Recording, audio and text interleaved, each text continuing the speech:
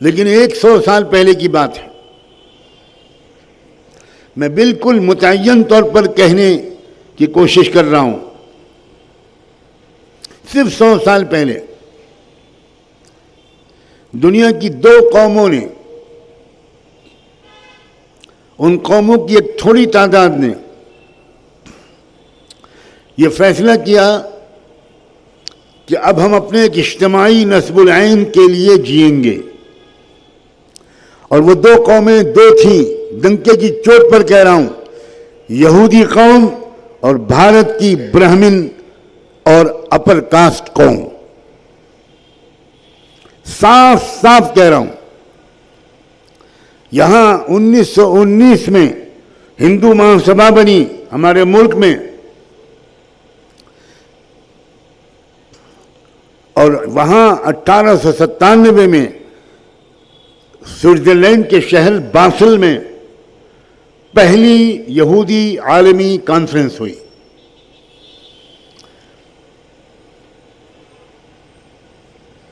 اور ایک مفکر یہودی نے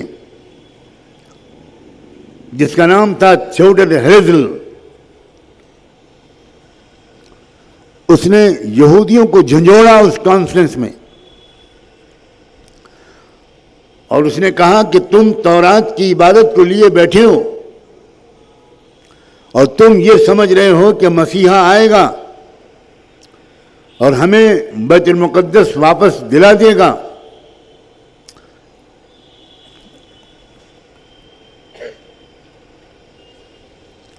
ہیکل سلیمانی ہم کو مل جائے گا.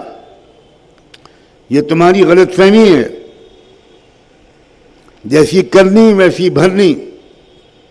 تمہیں اس کے لیے جان قربان کرنی ہوگی، مال خرچ کرنا ہوگا، اپنے آرام و راحت کو چھوڑنا ہوگا.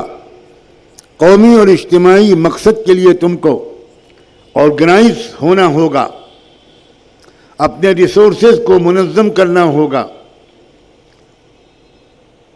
صحیح کہا اس نے، میں تصدیق کرتا ہوں. اور وہ 1897 کی سوئٹزرلینڈ کی کانفرنس میں ایک ورلڈ زیونسٹ فاؤنڈیشن بنی، اور اس نے یہودی سرمایہ داروں سے ملاقاتیں کی، کیونکہ یورپ اور امریکہ میں، خاص طور پر مغربی یورپ میں، سارے سرمایے کے مالک یہودی بن چکے تھے. میں اس وقت اس اسٹریٹجی کی تفصیل نہیں بیان کر سکتا وقت کی کمی کی وجہ سے، کہ جس کے تحت یورپ کے سرمایے پر ایک چھوٹی سی اقلیت قابض ہو گئی تھی. یہودی کبھی میجورٹی میں نہیں تھے. وہ جرمنی میں مائنورٹی میں تھے، وہ برٹن میں مائنورٹی میں تھے، وہ فرانس میں مائنورٹی میں تھے، تمام یورپین ممالک میں. لیکن انہوں نے اس کانفرنس کے پہلے سے بینکنگ سسٹم پر قبضہ کر کے دنیا کے مالیاتی سرمایے کے وہ مالک بن گئے تھے. اب جب اس کانفرنس کے بعد ایک چھوٹی تعداد، میں پھر زور دے کر بار بار کہہ رہا ہوں، میں یہ تک کہنے کو تیار ہوں کہ یہودیوں کے اندر نئی روح پھونکنے والوں کی تعداد آج کے اس مجمع سے آدھی تھی. آپ احمقوں کی جنت میں رہتے ہیں، گستاخی معاف. اگر آپ سمجھتے ہیں کہ وہ لاکھوں اور کروڑوں تھے، جی نہیں، وہ چند سو تھے، چند ہزار بھی نہیں تھے. میں نے کئی سال لگاتار دنیا کی لائبریریوں میں بیٹھ کر، اسٹینفورڈ یونیورسٹی کی لائبریری میں،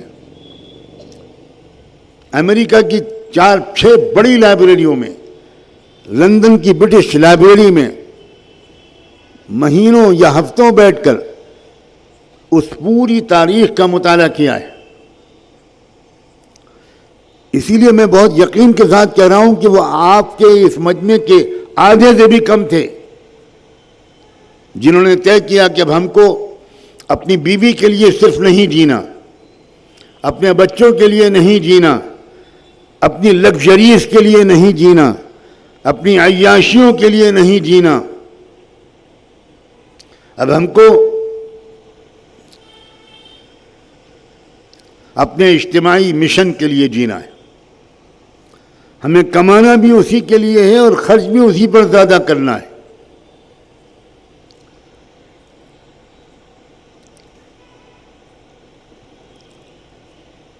اسی طرح ہمارے ملک میں بھی جن لوگوں نے یہ طے کیا، وہی بالکل تقریباً 1919 کا 20ویں صدی کی شروعات تھی.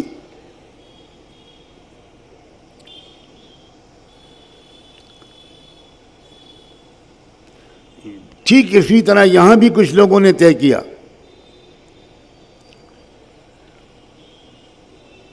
کہ یہ جو ہمارا حال ہوا ہے یہ اسی لیے ہوا ہے کہ ہم اپنے اجتماعی مشن کو بھول گئے، اپنے قومی مقصد کو بھول گئے،